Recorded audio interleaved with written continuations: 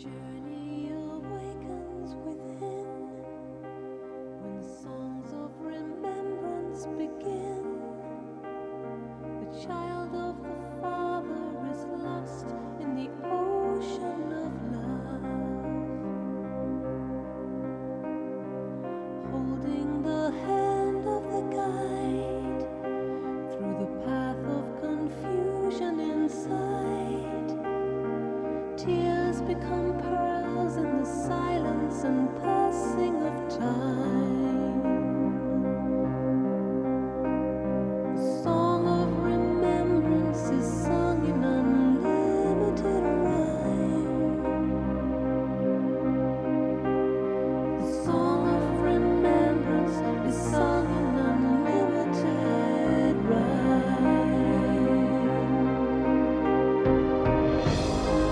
Dance away to the beautiful music you wanted to play.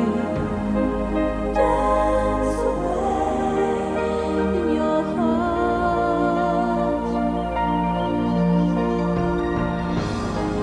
Dance away to the beautiful music you wanted to play. Dance away in your heart. In your heart.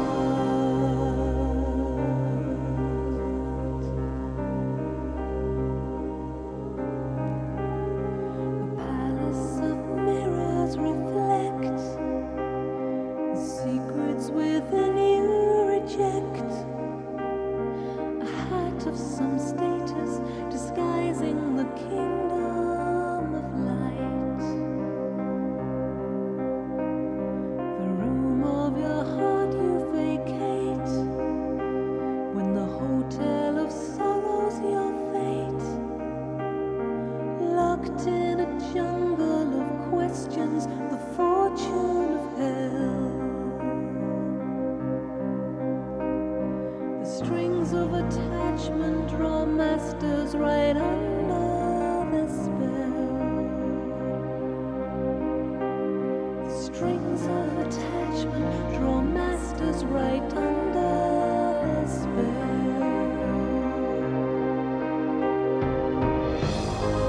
Dance away to the beautiful music you wanted to play. Dance away in your heart. Dance away to the beautiful music you wanted to play. Dance away in your heart. In your heart.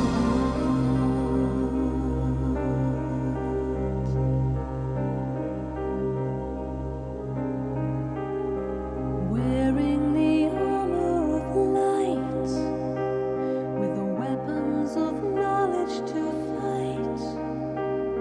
The battle within against weakness is fought in the mind. The gods of attention await.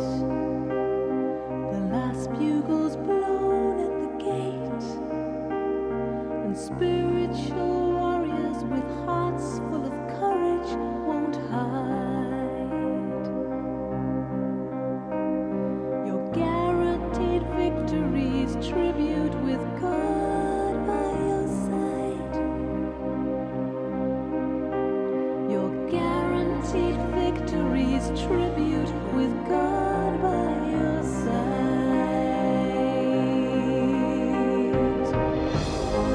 Dance away to the beautiful music you wanted to play. Dance away in your heart.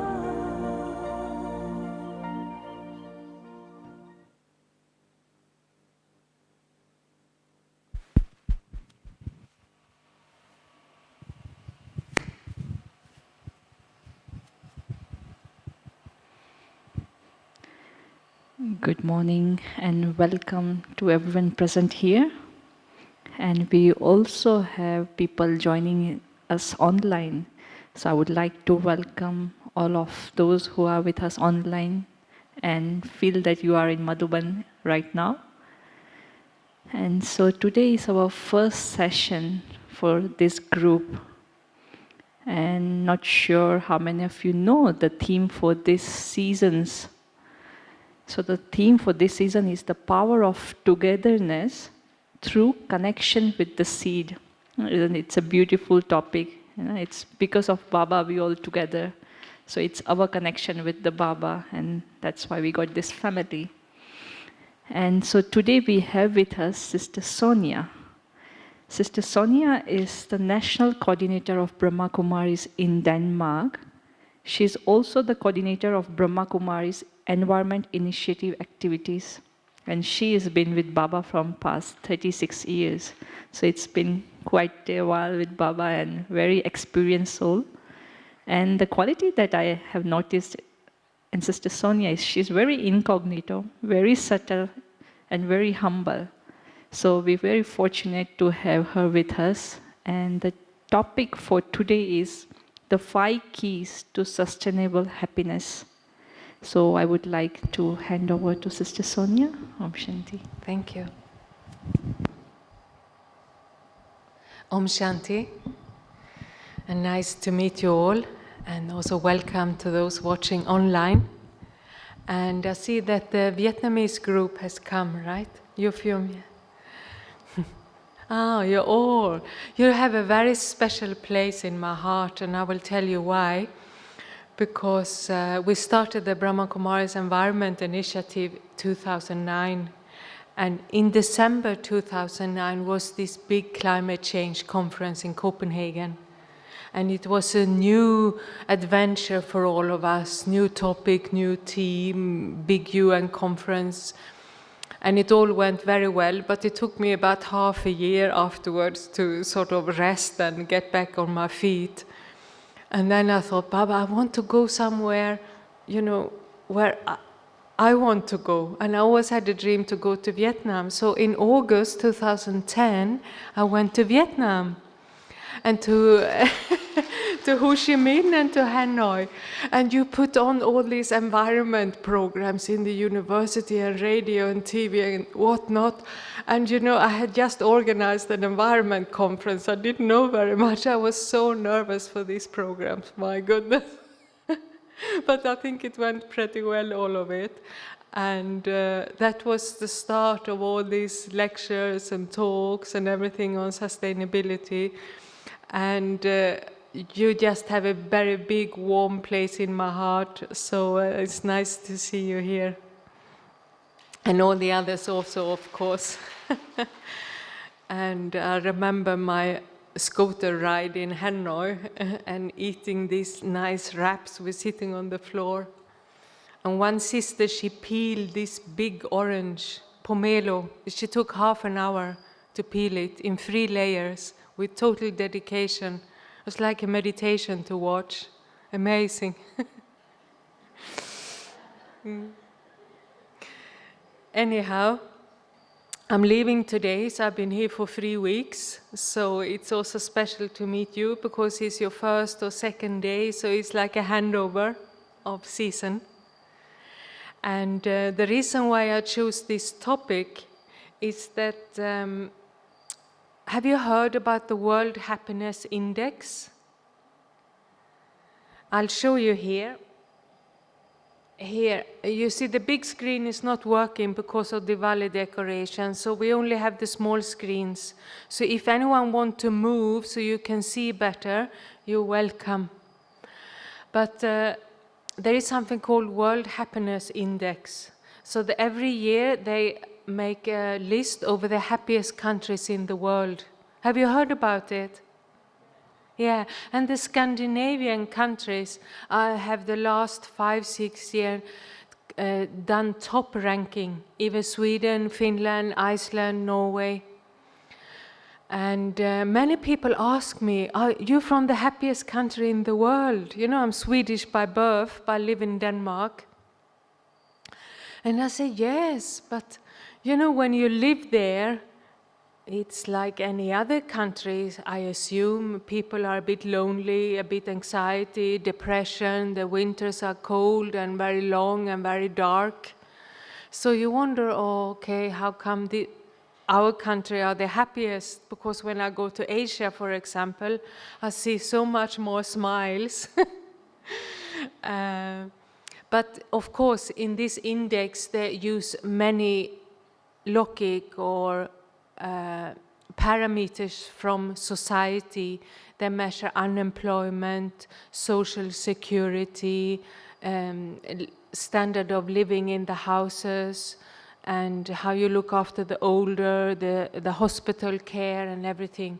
And in these ratings, yes, of course, Scandinavia is a welfare state and not so many people. We have very few people. Sweden is a huge country with just 10 million people, so it's a lot of space. So regarding that, yes, we come very high. But then I thought, okay, we are all BKs and we know that happiness comes from the inside. Happiness is got nothing to do, well, it does to some extent. We need housing and food, but when the basic needs are covered, happiness is from the inside. And I'm a nurse. I've been working as a nurse for so many years, and I know in the doctor's clinic that some people, they complain a lot for small things, but behind that facade of complaining for everything, they are quite okay. And there are some patients who are really seriously ill, but they never say anything. They keep a happy face, and if you ask a little bit, it's quite actually bad what's going on. So I have many years of practice. That's what's happening on the outside might not always correspond with what is happening on the inside. But today I wanted to give a little sustainable environment hinge to happiness. So here is a definition of what sustainability means. This is an official definition of sustainability, and maybe I don't know if the translators can read it, but I read it here. Sustainability means meeting our own needs without compromising the ability of future generations to meet their own needs. So sustainability, environmentally friendly, means something that's long-lasting. And you can also say it's the way the gardener looks after his flowers. And a gardener will not only think of this season, right? He's always thinking of next season and next season. So a gardener would have a long-term plan for his garden. So this is what environmentally friendly means. You think long-term, so you don't only live for the moment, but you live for next moment. And for us, we live for next world also, isn't it? For golden age, we have very long-term thinking. And here is another way you can say sustainability also means the way parents look after their children. Because you would think long-term when you look after children, isn't it? You start already when they're young to think about education and make some planning for when the children grow up. So I was thinking, what is my own 5 small keys for long-term happiness? And I do meditation and Amrit Vela, morning class, Murli, evening meditation, like all of you. And that is the basis for our happiness, is our relationship to Baba, to drama, to the family, to knowledge. But apart from that, what are the small things that makes my life happy? So I will share them with you today. But my Oh, here is a little animal who wants to be part of the program. But my question to you, and I would like you to reflect on that when I share my 5 keys. What are your 5 keys for long-term happiness? This is only my personal. What is it you can do? And I hope, let's see if we have time, I will ask you at the end of the program maybe to share some of your keys. So let's see how it goes. So what are your 5 keys to happiness? So my first key, apart from a BK life with its adventures, I would say it's time in nature. And that became apparent during the pandemic for many people. We couldn't travel and we couldn't go to so many places. And there was restrictions everywhere. So people started to go in nature and in the parks. Was it the same in your places? Yeah? When the lockdown was there, you spend more time in the parks or outside in nature? Some people are nodding their heads. You see, in Scandinavia, we have so much nature and so much forest. They made a survey of the Danish population of what things had changed during the pandemic in their habits. And number 1 was, for the future, they will continue to spend more time in nature. Second was the appreciation and the value of family, meeting family and friends. And number 3 was the appreciation of the ability to work at home. But what happens when you're in nature? For myself, I put that I can be just relax, be myself, and talk to the trees. They are very good listeners. I relax. Peace in nature is very natural. It's a natural thing. And we can also be together outside. But nature can have this sense of wonder. Do you know, sometimes you look up on the clouds and there is a special formation and you see an animal or you see something in the clouds and you say, wow. Or you may see an animal, or there is a special flower, it's a special plant, or maybe you put the foot in the river or something, and this sense of wonder comes. And these small senses of wonder, they are very nourishing for your spirit. And I collect small moments of happiness during the day. So especially when I come back from India, I turn on the water tap in Denmark and I can drink the water from the tap. That's a small moment of happiness for me. And when I travel and my luggage turn up on the belt, oh, that's a small moment of happiness. And here in Madhuban, you see all the many birds. It's a kind of little moment of happiness, isn't it, when the bird look at you? And if you collect all these small moments of happiness, you have many of them in one day. And they are very nourishing.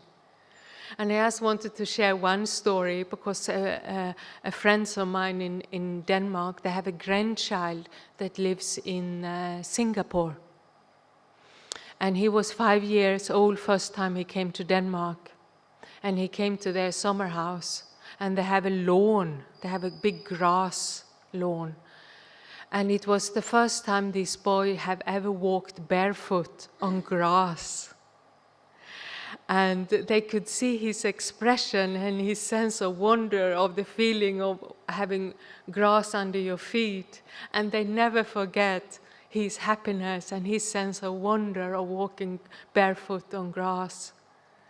So I was thinking of this, and one time we did an echo workshop in Oxford Retreat Center. And I was having the afternoon session, And it had been raining a little bit, so it was a bit wet outside. And I thought, okay, I'll try.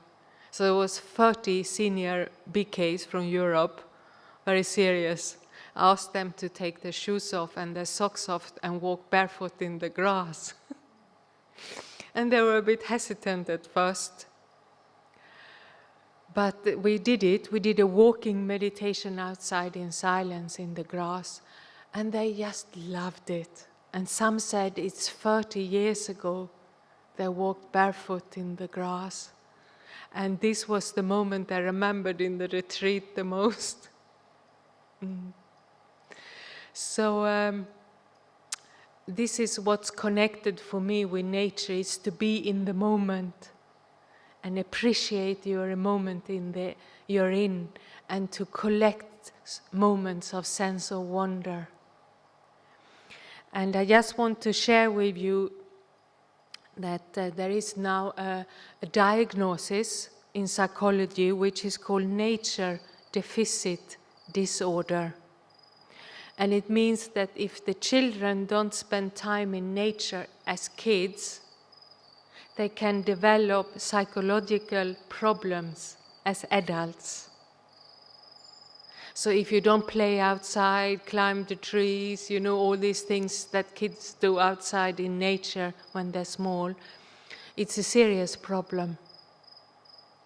And today I also read an article that the eyesight of young people is just totally destroyed because of too much time behind the screen. So I think about 75 to 90% of the younger generation today will need glasses as teenagers. Yeah, on the global level. So my question to you now is, can you have a sense of wonder every day, even in the cities? Can you collect moments of happiness? So just let's stop together for a moment, and maybe you just close your eyes and think, what sense of wonder have I had today? Since you woke up, whatever time it was. Amrit Vela, Baba's room here in GyanSarovar is crowded from 2 o'clock. So just close your eyes and think of a few moments of wonder today.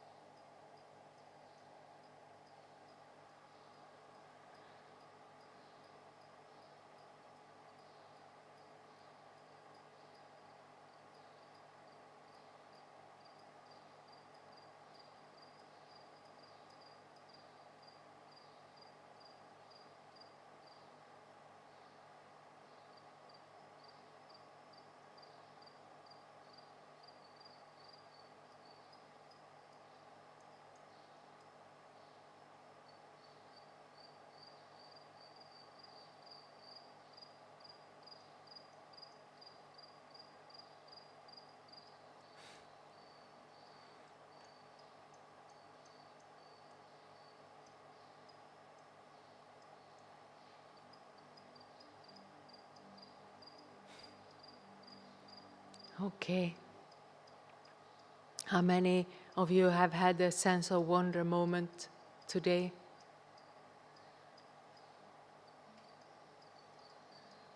Okay, a bit more than half, maybe, yeah.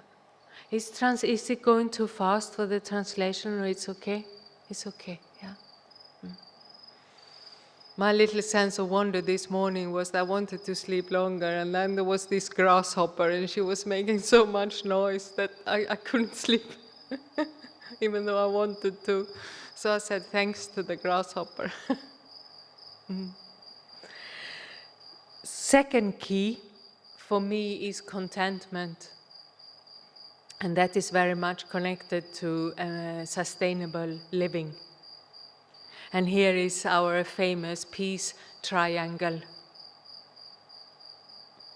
So you start with contentment, and that leads to simplicity. And when you have simplicity in life, you are peaceful. And when you're peaceful, you become even more content. And contentment it's a big topic when we go to climate change conference, when we discuss eco-friendly living, because the consumption in today's world is just too high.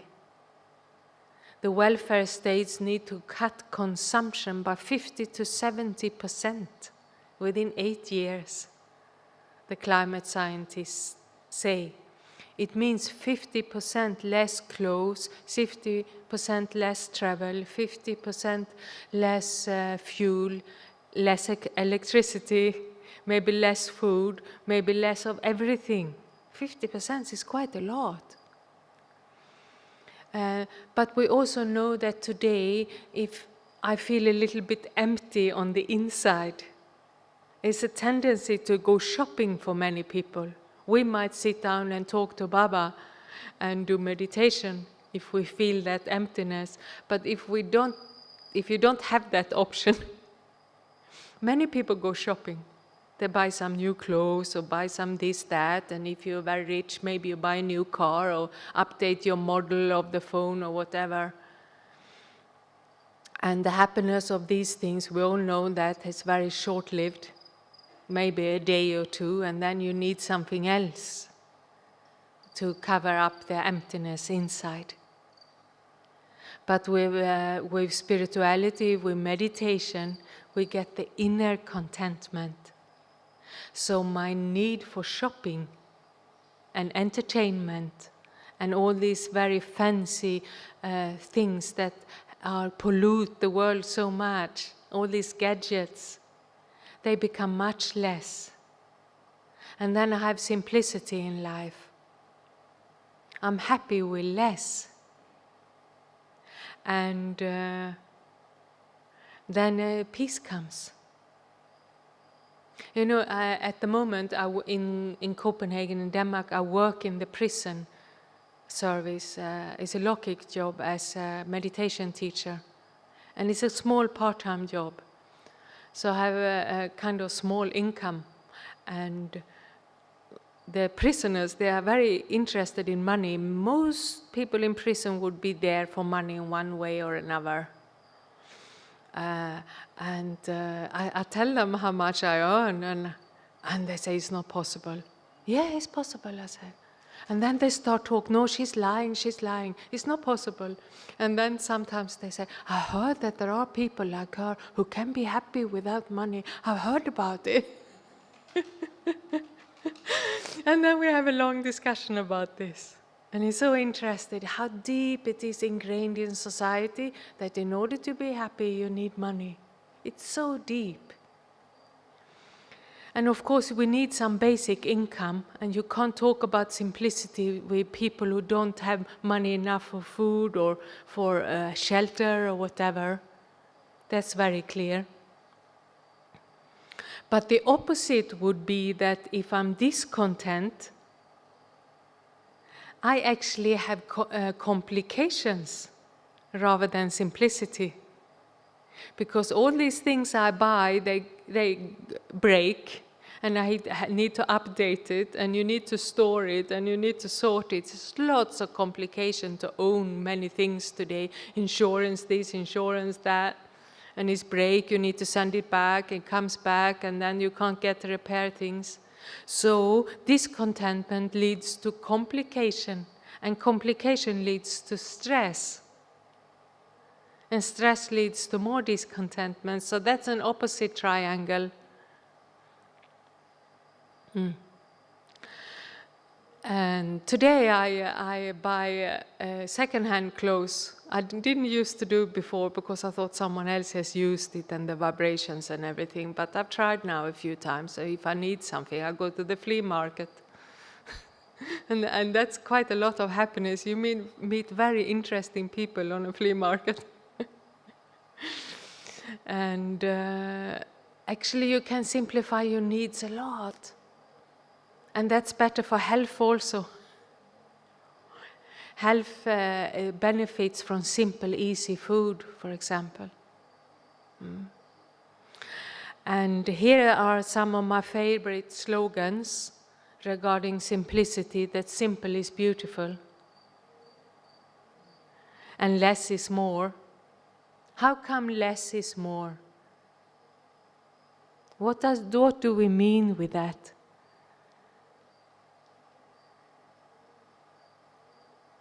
Some people say that if they buy food without chemicals and they cook it in Baba's remembrance with a lot of love, you need to eat less.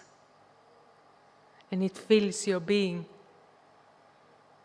And today, for example, if you not have attention on what you eat and you're reading the newspaper, doing something else, you need to eat more.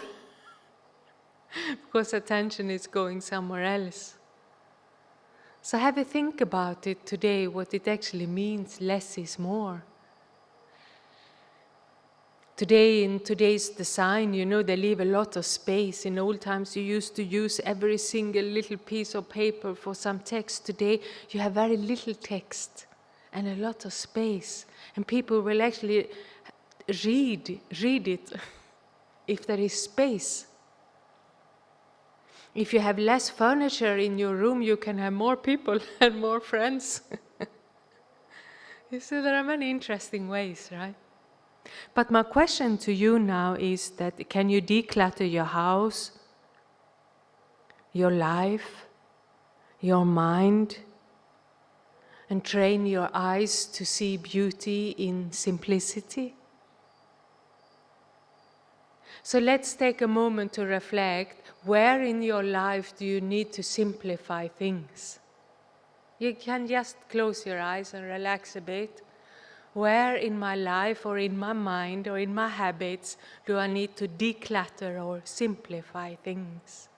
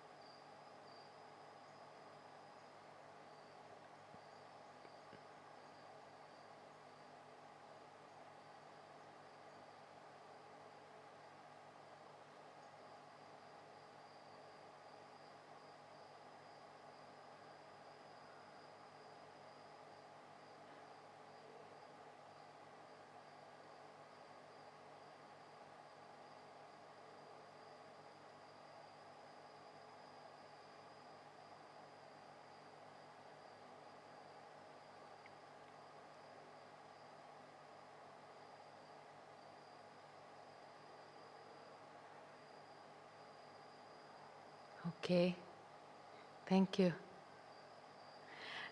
And number 3 key for myself now is love and compassion.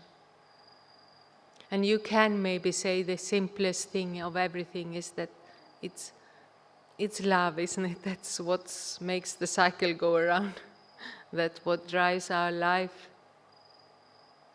And when there is no negativity, blame, anything left, it's only love left. And I think we all experienced that with the daddies. There was only love left. But and there is a saying here from Rumi, the Iranian poet. Easy to understand the words when others speak, but when you understand others' silence, you have understood love. It's beautiful, isn't it?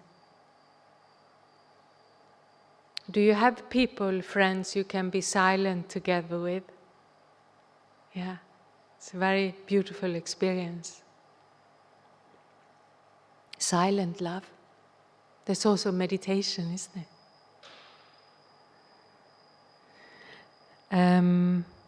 Well, I mentioned a few slogans here to cultivate friendship. When you have a vision of love, our vision expands. You see, when we started the Environment Initiative, we asked the UN office, Baba's UN office in New York, to write the first kind of article or statement on the connection between consciousness and climate change. And it's there on our website if you want to read it. It's a very beautiful piece. It's called Consciousness and Climate Change. And it writes very clearly and beautifully there that everything that has got to do with environment, it's long-lasting. It is for the future. It is not here and now. It is long-term. I need to see not only next year, but a few years ahead. For example, now the effects we experience in today's world in the weather, it's not the result of the emissions, the pollution yesterday. It's from like 10, 20 years ago. The effects of the pollution 10, 20 years ago comes today. And in order to expand your vision, you need to come from a position of love. Because when I'm based in love, my heart opens, my energy opens, and I can include all of you also in my vision. And we have had this experience in meditation, we can include the whole world. But when I feel the opposite, if I'm very insecure, if I'm very afraid, I become very self-conscious. Like my energy sort of closes in and it's all about me. My aura is around me here, not in the whole room. So when I'm fear-based, it's impossible to think long-term and to think ahead. It's all about here and now. It is about me and my survival. And maybe if 2 more people met, not the whole world. And if you look at today's politicians, they are very afraid of next election results and if they're going to be elected or not. So they think in terms of 1 year, 2 years, 3 years, 4 years. But when it comes to long-lasting happiness and environment, that's very short-term. And we need, Baba asks us every day, expand your vision to include the whole cycle and next life and golden age. And in order to do that, we need to be based in love.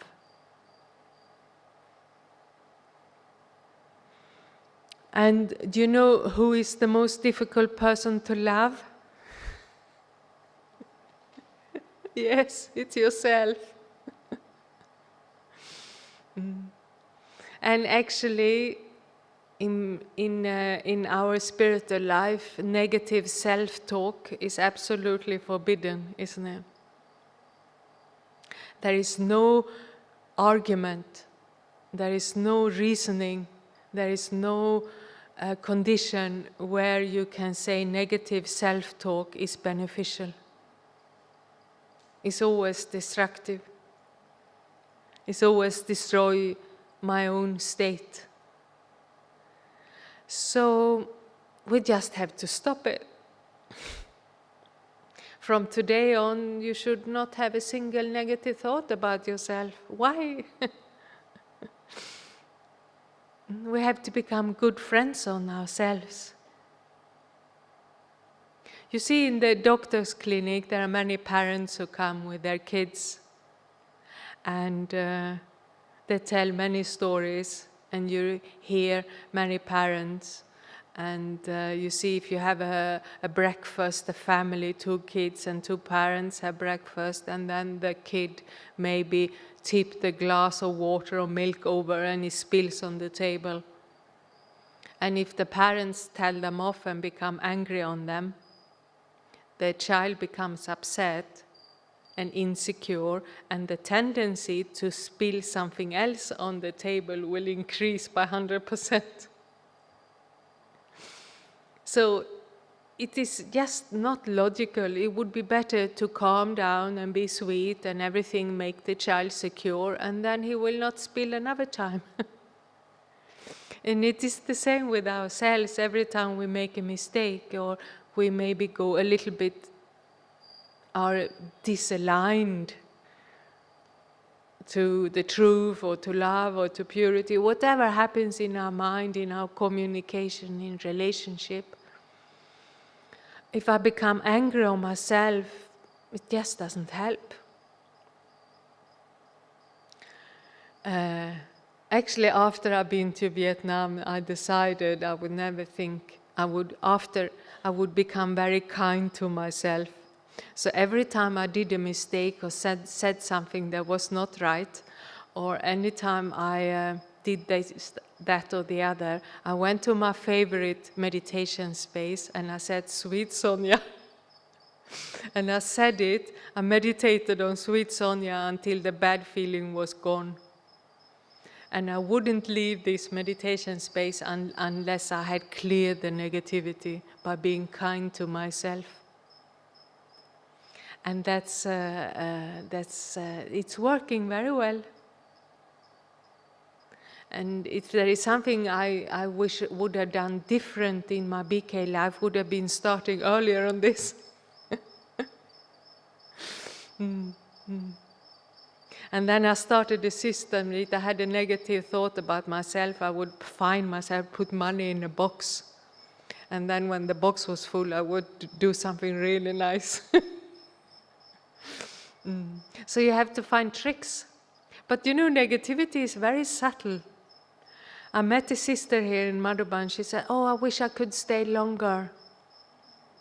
It's also a negative thought, isn't it? Because she's not going to stay longer. It's not going to happen. And you have to embrace what there is. And says, "Okay, whatever time I have in Madhuban, it's good for me. And I will make the best of it." Can you feel the different feeling inside? "Oh, I wish I could stay longer," or "I have the time I need." And we decided to go for a long walk and have a long chit-chat, and it never happened. She said, "Oh, we never had a long conversation." And that's also a negative thought, isn't it? If you think about it. And I said, "No, but we had a short one. It was very nice." You see? Okay, so instead of thinking we never had a long conversation, you can think, "Okay, I'm happy we did have time to connect." You see, this negativity creeps in so easily, in all ways. And I spent years of tidying up in my mind about this. So that's a big key, isn't it? And next here, I just wanted to share with you, there is an old saying in the Native American tradition that if there were no animals on the planet, then human beings would feel very lonely. Do you think that's true? Yes. You remember they say that when Brahma Baba left the bodies, the birds were silent that day. There were no chirping like this in Pandavavan. So I'd like to ask you to close your eyes for a second and just lean back and imagine how is it to be me if there is no worry, no anxiety, no negative thoughts whatsoever. How is it to be me with no worry, no anxiety, no insecurity? And you can take all of that back in 2 minutes' time. It's just a fantasy exercise. All your problems, everything will still be there. But just take a break from it for 2 minutes and ask yourself, how would it be to be me without a single trace of worry, anxiety, or negativity?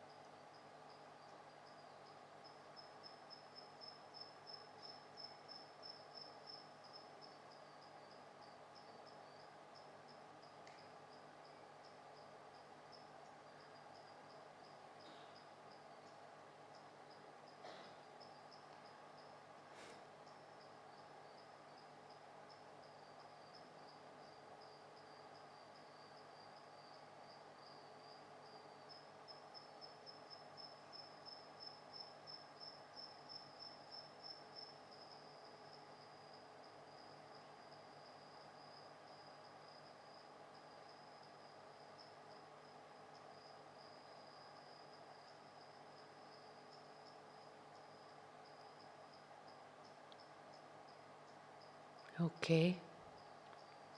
Feels good? Is it easy? Yeah? So?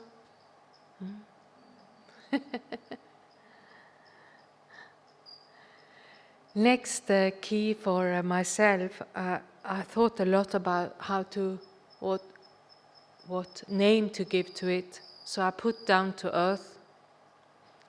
And I know Baba says we should have the sky in heaven. But if you think about it, Brahma Baba was also very down to earth. So I put a nice picture of Brahma Baba here with a baby camel. And actually, next picture is my Lokik father. And in certain aspects, he reminds me of Brahma Baba because he had the same down-to-earth attitude to life. And my father, we're from the farm. I'm a farmer's daughter. He's a farmer, and he's also a forester. And he used to cut the wood in pieces, right? And he used to count them. So he had counted all these trees, pieces of tree. He created his own entertainment very much. And on the countryside where I'm from, all the farmers, they have this humor in life. So sometimes when they meet, they used to give numbers to their jokes. So they used to say, "Do you remember joke 5?" And then everyone laughed. And then one said, "Do you remember joke 10? "No, I haven't heard that one before, but it's very funny." They was just so happy. And Brahma Baba was also like that, wasn't he? We remember the daddy sharing all the jokes Brahma Baba used to make for the daddies and tease them. And humor is a survival key. But what is the basic energy in this down-to-earth, in humor? And I was thinking it's a combination of wisdom and humility. And wisdom also comes from an attitude of learning something new every day, in every moment. In every encounter with another person, you can learn something. But if I listen with old ears, I've heard this before. It's like with the Murli, isn't it? Sometimes our ears are a bit old and tired, and I think I've heard this before. But some days I hear something new every day. It's an attitude. It's not what's there, it's my attitude. And learning something new and actually listening goes together with humility. I have to be very humble to listen properly. And why is that? Because if I actually do listen properly, I might find out that I was wrong. I might have this opinion based on that fact, and if I really listen, I might find out that my information was not complete. So I took a decision on incomplete information. So if I really listen, I might get the whole picture and I might take a different decision. But to admit that I was wrong, I need to be humble. So just to listen to somebody without an agenda in my head or without having opinions about the other person and what they're saying, but pure listening. It's a fantastic ability. And that will bring newness in many certain ways, and you will have entertainment in your life all the time. That's where the humor comes from. It's quite funny, actually, isn't it? I used to have big problems with one sister in Copenhagen for many years. But then, I learned how to look at this person with a different viewpoint and have a different angle on her, and then she was actually quite entertaining and funny. So I trained myself to stay in this viewpoint. And then we had a good time, we could laugh a lot. But if I became serious, that is complete disaster. And I think Brahma Baba had this ability also. And I put practical and natural here, and simple and uncomplicated. And I just want to share one story. You might remember we used to do a course called Self-Managing Leadership course. And sometimes we had retreats with people from the business field about self-management. And we combined meditation and spirituality with some professional coaching methods. And I remember here we were actually in Madhuban, and it was a small gathering of top leaders in business. And one asked Adi Janki and said, so I have so much to do. And sometimes it's hard for me to prioritize, which I have 5, 6 tasks to do, and I just don't know where to start. Can you give me some hint on how to prioritize and to understand what, if you have many things to do, which one is more important? And Daddy looked at him for a long time, gave a very loving drishti, and then she said, well, you just start with one thing and do that with love, and when you're done, you do the next thing. And I thought it was a hilarious answer. Just do one thing, and when you're done that, you do the next. What's the problem? And you do that one thing with love, and not with stress. But do it with love and peace, and when you're done, you do the next. And this person, he got really happy for this answer, because that is power in the reply also. And it's like that from the whole retreat, and all the wise things that was said that retreat. This is the only thing I remember.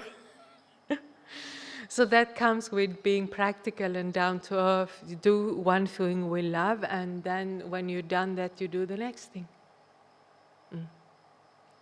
And this is what Baba also says sometimes: do what's in front of you with love, and don't think too much. But I wanted us to stop for a minute and just think a little bit. I'll ask you to close your eyes, relax, and if you have learned something new today. I'm just not thinking of this talk or anything, but in the morning, in the Murli, in the conversation, what new things have I learned about myself or life today?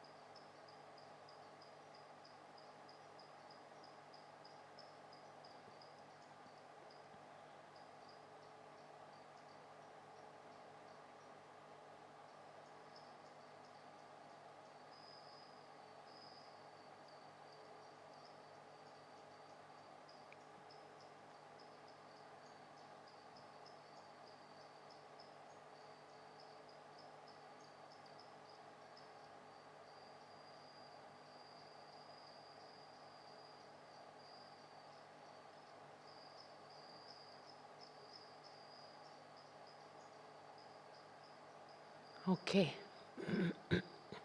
So let's go to the last point. And it's about sharing and caring, share and care. It's actually, you can say in Baba's language, it would be service. But service, I think, to do something for someone else in an unselfish way. We can never be 100% unselfish, Baba says, but as good as it gets. That's a big key for happiness. And I remember our late brother Anthony once said that the only source for happiness for an angel is to be an instrument for God. And I think we all know that feeling of happiness when you feel that you were in the right place at the right time and said the right thing, but it wasn't really you. It's a kind of divine feeling that Baba has been using you as an instrument in small things. It's a big source of happiness in the inside. But I wanted to give the example of the trees today. So to make a difference every day by generosity, by gratitude. And we can learn from the trees. We can learn about the power of good wishes from the trees. Do you know that there is the trees, they live in communities. It's about 40 to 50 trees, 40 to 100 trees in one community. And they have their own communication network under the soil. And it's not via the roots, but there is small threads of fungus, mycelia it's called. So they are, and the fungus, these small threads of fungus can grow very fast underneath. So this tree of community, they have an invisible communication with each other. And what happens if one tree is not strong, they can send extra vitamins to that one tree. Yes. And sometimes if there is an attack of some bug or some insect, they can have an internal warning system. And they can emit some chemicals which makes them not tasty for the bugs. I see one sister here from Africa, from Zimbabwe, and I learned that there is an antelope that's called okapi, and they live on a special leaf, some kind of acacia tree leaf. And these leaves are very tasty.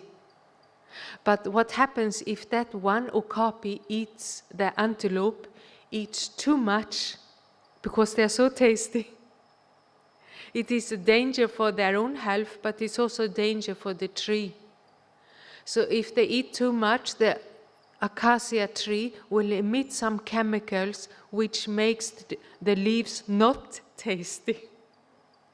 So the okapi stop eating. It's amazing, isn't it? And this community of trees, they have a mother tree who is in charge.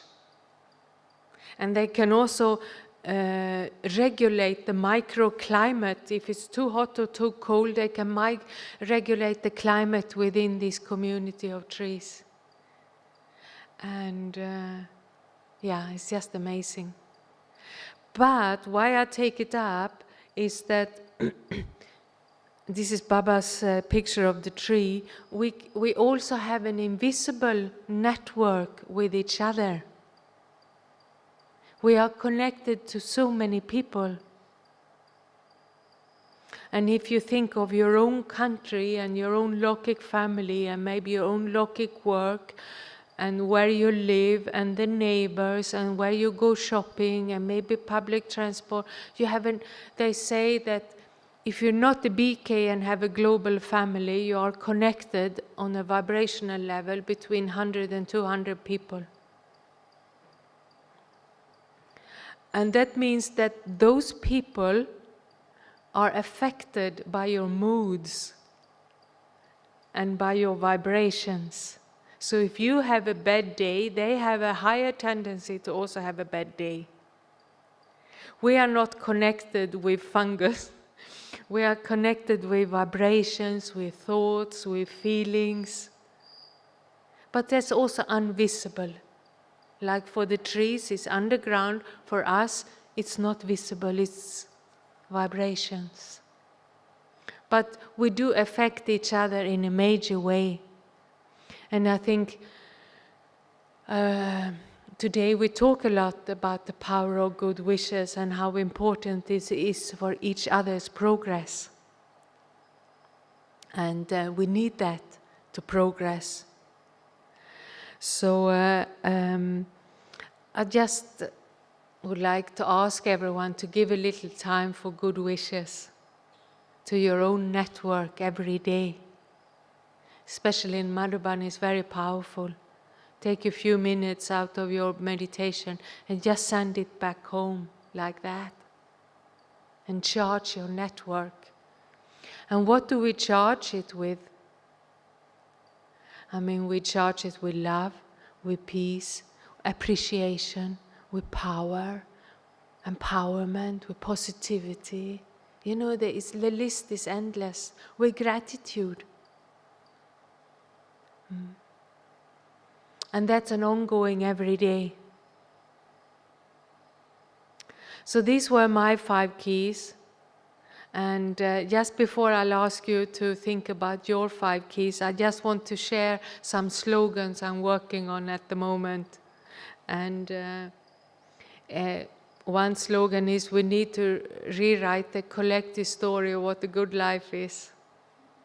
And I think we as a BK family have done that to a certain extent, because if you tell the Lokik people about your life, they think, what is this, so boring, and you know. But we know internally that what kind of beautiful life it is. It's a collective story we have. And the story you tell is the basis for your life. So the way I talk to myself in my head, that's how my life is going to be. And it just takes one negative thought that maybe I'm not good enough, or maybe I'm not strong enough, or I can't cope. And the outlook is totally different. You know, it looks dark, it looks gloomy. And if you just change this one thought and think, no, I can do it with Baba's help, I'm strong enough with Baba's help, then the future looks totally different. It just takes one thought to rewrite the story of your life. So yeah, I always have to talk to myself in the way I want it to be, not in the way I don't want it to be. And we're all creators, and Baba talks about it in the Murli the other day, and the other day was a powerful Murli point. I think everything what's left when knowledge is imbibed is the creator and the creation. It's an amazing thought, isn't it? But the smallest piece of creation is one thought. So every time you think, you create. So we have about 100,000 thoughts per day. So have 100,000 times per day, I create something. It's amazing power. So I create my own world by my thinking and my lifestyle. So together we create our world by contributing to the collective thinking and lifestyle. So that's my little thank you to you. And here you have a carrot Shiv Baba. Can you see it? Most fruit, they have a little Shiv Baba in the middle. If you cut a strawberry or a kiwi or whatever, here is a carrot. So, you know, the vegetables, they carry... Oh, see, this is a good time to have traffic control. During traffic control, I would like you to think, what are my own 5 keys for long-lasting happiness? Okay? अपने सुकर्मों के बल पर ही सतयुग में तुमको आना है शिव पिता को अब याद करो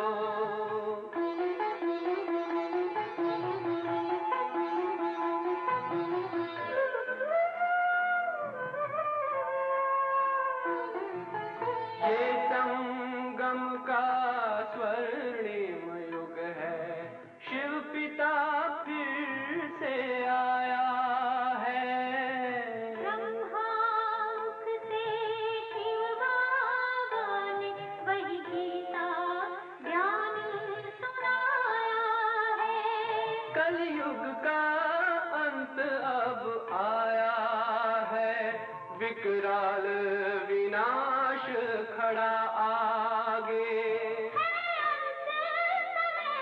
अब हम सब का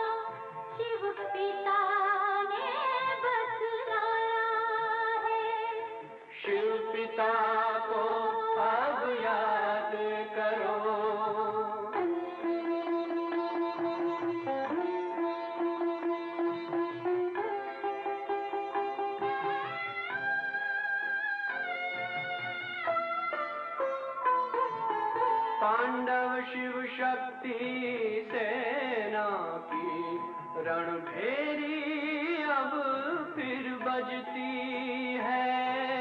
शिव बाबा के ज्ञान से फिर माया को मार भगाना है। शिव पिता को अब याद करो, सतयुग में तुमको आना है। शिव पिता को अब याद करो, मुक्ति धाम तुम्हें जाना है। अपने सुकर्मों के बल पर ही सतयुग में अब तुम्हें आना है। धाम में तुम्हें सतयुग में अब तुम्हें आना है। धाम में तुम्हें जाना है।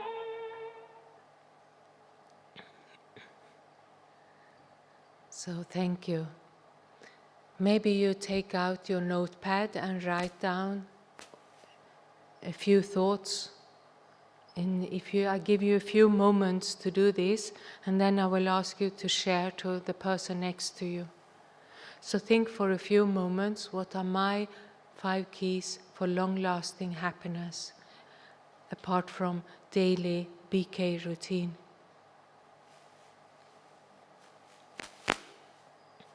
And those who are online, you can do the same.